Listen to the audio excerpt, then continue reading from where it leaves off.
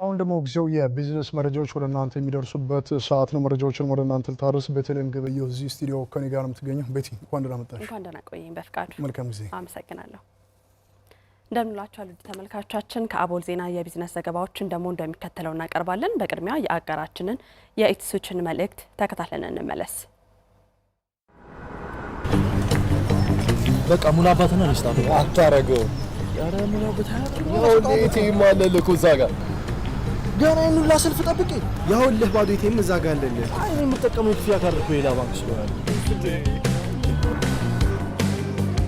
ደሞዝ ገብቶና ከፋያችን ይሳል። ዛሬማ ከፋይ አንተ ነህ። ባንክ በቂ ገንዘብ አለሽ ፖስ ማሽን አለ ወይ? ቀጣ የዚህ ባንክ ክፍያ ካርድ አታስኩት ሰበበኝ። ኧረ እባክህ ተው። ሁሉም የክፍያ ካርድ በሁሉም ፖስ ማሽን ላይ ይሰራል።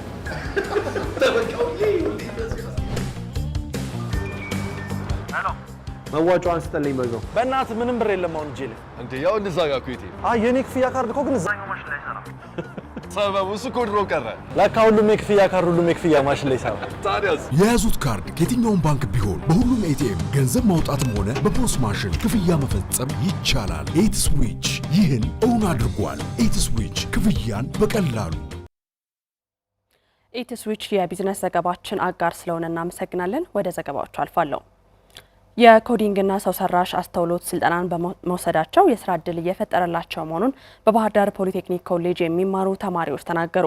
የክልሉ ስራና ክህሎት ቢሮም 1 ሚሊዮን ለሚሆኑ የክልሉ ነዋሪዎች ስልጠናውን ለመስጠት ማቀዱን ነው የገለጸው። የዝባለም ጌታነህ ተጨማሪውን ይዛለች። የቴክኖሎጂው ዓለም በፍጥነት እየተቀያየረ በመጣበት በአሁኑ ጊዜ ከዘመኑ ጋር አብሮ መዘመንን ይጠይቃል። የኮዲንግ የኮምፒውተር እውቀትም መሰረታዊ እየሆነ ይገኛል። በኢትዮጵያም 5 ሚሊዮን ዜጎች በኮዲንግ ስልጠና ውስጥ እንዲያልፉ መንግስት እድሉን ያመቻቸ ሲሆን የአማራ ክልልም ወጣቶችን በዘርፉ እያሰለጠነ ይገኛል። የሰው ሰራሽ አስተውሎት አጠቃቀምን ጨምሮ የኮዲንግ ስልጠና መውሰዳቸውንም በባህር ዳር ፖሊቴክኒክ ኮሌጅ ያነጋገርናቸው ተማሪዎች ነግረውናል። አራት ኮርሶችም ስልጠናውን ሰልጥኜ ጨርሻለሁ። አሁን በመጣው ደግሞ በኢትዮጵያ አርቲፊሻል ኢንተለጀንስ ሴንተር እያወዳደረበት ባለው በኤአይ ሚውዚክ ክሬቲቭ አዋርድ ላይ ተሳታፊ ሆኜ ሰሚት አድርጌ ቮቲንግ ላይ እየተወዳደርኩ ነው። የኮደርስን መጀመሪያ በራሴን በግሌ ሰምቼ ነበረ የተለያዩ ሶሻል ሚዲያዎች ላይ።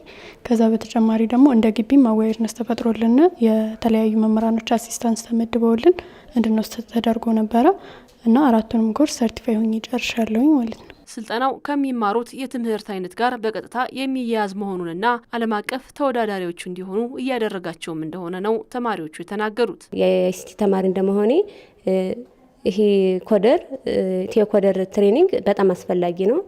ከትምህርቴም ጋር የግድ አስፈላጊ ነው። ኤአይ ለምሳሌ እኛ አርቲፊሻል ኢንተለጀንስን ተጠቅመን ብዙ የምንሰራቸው ነገሮች አሉ። ከመማርበት የትምህርት አይነት ጋር ተዛማጅነት ስላለው እንዲሁም ደግሞ ከዘመኑ ጋር አሁን ያለንበት ዘመን ወደ ዲጂታላይዜሽን ዘመን ነው፣ ደግሞ ከቴክኖሎጂ ጋር አብረን ያለንበት ዘመን ስለሆነ በተለያዩ ስራዎች የተለያዩ ኦንላይን ስራዎች ሊኖሩ ይችላሉ። ከዓለም ጋር አብረን እንድንራመድ የሚያደርገን ዘርፍ ስለሆነ ያድን ተጠቅሜ ተምሬ ጨርሼ አሁንም የተለያዩ አነስተኛ ስራዎችን እየሰራሁበት እገኛለሁ። ስልጠናውን በበላይነት የሚመራው የክልሉ ስራና ክህሎት ቢሮ በእቅድ ከተያዘው በፈጠነ ጊዜና በርከት ባለ የሰው ቁጥር የኮዲንግና አርቲፊሻል ኢንተለጀንስ ስልጠናን እየሰጠ ስለመሆኑ የቢሮ ምክትል ኃላፊ አቶ አማራ ለሙ ተናግረዋል። በጥቅሉ እስከ 2018 ድረስ ይሄ የኮደሪንግ ፕሮግራሙን በ3 አመት የሚለውን ለምንድንኛ በ2 አመት አናጠናቅቀውም? 700 ሺህ ከሆነ የአማራ ክልል ለምን 1 ሚሊዮን አናደርገው? ለምን እጥፍ አናሰለጥንም ብለን እዘን እስከ 777 ሺህ አቅደናል እስካሁን ድረስ እስከ 6 ወሩ ድረስ። ከዚህ ውስጥ ኦልሞስት ወደ 339 አካባቢ አሰልጥነናል። ከዚህ ካሰለጥነው እስከ 339 ሺህ ውስጥ ደግሞ 108 ሺህ በእኛ በቴክኒክና ሙያ ኮሌጆች የሰለጠነ ነው። ሌላው በትምህርት ቤቶቹ፣ በዩኒቨርሲቲዎቹ፣ በወጣት የስብዕና ማዕከላት ሲቪል ሰርቫንቱ ጭምር እያሰለጠነ ነው የምንገኘው። በስልጠናው ወረቀት መያዝ ብቻ ሳይሆን ክህሎትን ተጠቅሞ ዓለም አቀፍ ገበያውን ሰብሮ የሚወጣና ተወዳዳሪ የሚሆን የሰው ኃይል ማፍራት ላይ ትኩረት ተደርጎ እየተሰራም ይገኛል ነው ያሉት ምክትል ቢሮ ኃላፊው። የሀገር ውስጥ የገበያ ፍላጎትን ብቻ ሳይሆን የሌሎች ሀገሮችን የገበያ ፍላጎት ጭምር እንዲጠቀሙ የሚያስችል የክህሎት አይነት ነው። እዚህ ቁጭ ብሎ ከሌሎቹ አካባቢ ላይ ስራ አግኝቶ መስራት የሚያስችል እውቀት እንዲያገኙ ነው የምንፈልገው። ቢኮዝ የሚያገኘው የሰርቲፊኬት ስታንዳርዳይዝ ዓለም አቀፋዊ ደረጃ ያለው ሰርቲፊኬት ነው። አሁን ሰርቲፊኬቱ መያዝ አይደለም ወሳኝ ጉዳይ። እነኚህን ሪሞት ወርኮችን የሚያሰራ እውቀት አግኝቷል አላገኝም፣ በዚያ ልክ ነው እየሰለጠነ አይደለም የሚለውን ነገር በአግባቡ ማየት ነው። ስልጠናው ከዩኒቨርሲቲና ኮሌጆች ተመርቀው የወጡና በገጠራማው የክልሉ አካባቢዎች የሚኖሩ ወጣቶችን ጭምር ትኩረት ያደረገ መሆኑም ነው የተነገረው። የሎጎ ሐይቅ ሪዞርት የአካባቢውን የመስህብ ጸጋ የመግለጥ ሚናው ከፍተኛ መሆኑን የደቡብ ወሎ ዞን ባህል ቱሪዝምና ስፖርት መምሪያ ገለጸ። በዘርፉ የስራ ዕድል በመፍጠር ረገድም ትልቅ ተስፋ ተጥሎበታል ብሏል መምሪያው። ማማነሽ ገኔ ተፈጥሮ ለጋስ ነች። በተለይም በደቡብ ወሎ ዞን ደሴ ዙሪያ ወረዳ የሚገኘው ሰማያዊ ለባሽ ተብሎ የሚታወቀው የሎጎ ሐይቅ ለዚህ ማሳያ ነው። ይህን የተፈጥሮ ጸጋ ወደ ኢኮኖሚያዊ ጥቅም ለመቀየር ደግሞ የሎጎ ሐይቅ ሪዞርት ግንባር ቀደም ሆኖ ይነሳል። ሪዞርቱ ለቱሪዝም ዘርፉ መነቃቃት ተጨማሪ አቅም የፈጠረ መሆኑን ነው የደቡብ ወሎ ዞን ባህል ቱሪዝምና ስፖርት መምሪያ የቅርስ ጥበቃና የቱሪዝም ቡድን መሪ አቶ ይድነቃቸው ጌታነህ የገለጹት። የሎጎ ሐይቅ ሪዞርት የሐይቁን ድብቅ ውበት ለዓለም በማስተዋወቅ ረገድ እንደ ድልድይ ያገለግላል።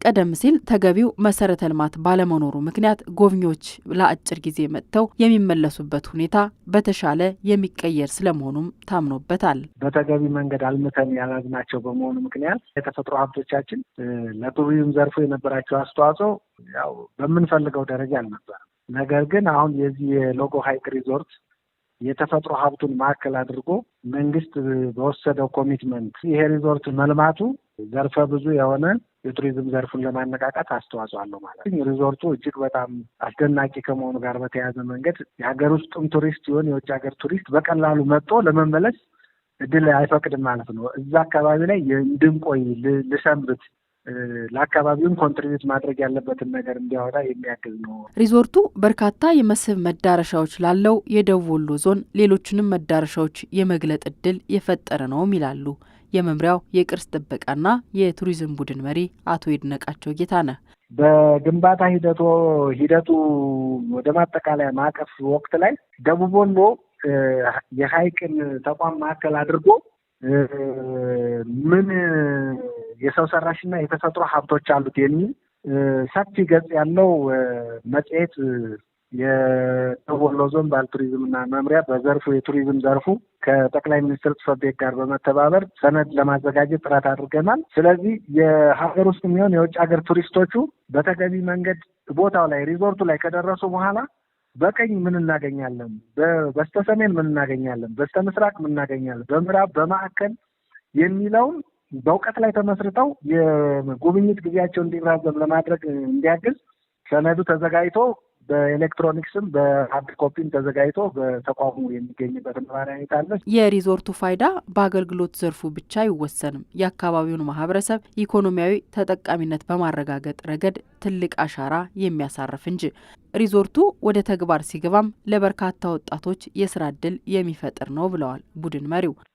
ተቋሙ እንግዲህ በሆቴል ቱሪዝም የተገነባ ቢሆንም በዙሪያው ግን ዘርፈ ብዙ ዲሲፕሊን ያላቸው ተግባራቶችም የሚሰሩበት ነባራዊ ሁኔታ እንዳለ እውነታው መሬት ላይ ግልጥ ብሎ ያሳየናል ማለት ነው። ለምሳሌ ተቋማዊ ባህሪ ከአካባቢ ጥበቃ ጋር በተያያዘ መንገድ በቋሚ በጊዜያዊ የስራ ዕድል ፈጠራ የሚቀጥርበት ሁኔታ እንዳለ ተቋማዊ ስነ ባህሪ ያመላክታል። እንደ አጠቃላይ ግን በሆቴል ቱሪዝም አገልግሎት ውስጥ ተቋሙን የሚመሩ በቋሚነትና በጊዜያዊ የስራ ዕድል ሊፈጠርላቸው የሚችሉ ዘርፈ ብዙ አካላት ይኖራሉ ተብሎ ይጠበቃል። በመሆኑም ከሎጎ ሐይቅ ሪዞርት የሚጠበቀውን ጥቅም ለማግኘት ሪዞርቱን በኃላፊነት መጠበቅና መንከባከብ ይገባል ብለዋል።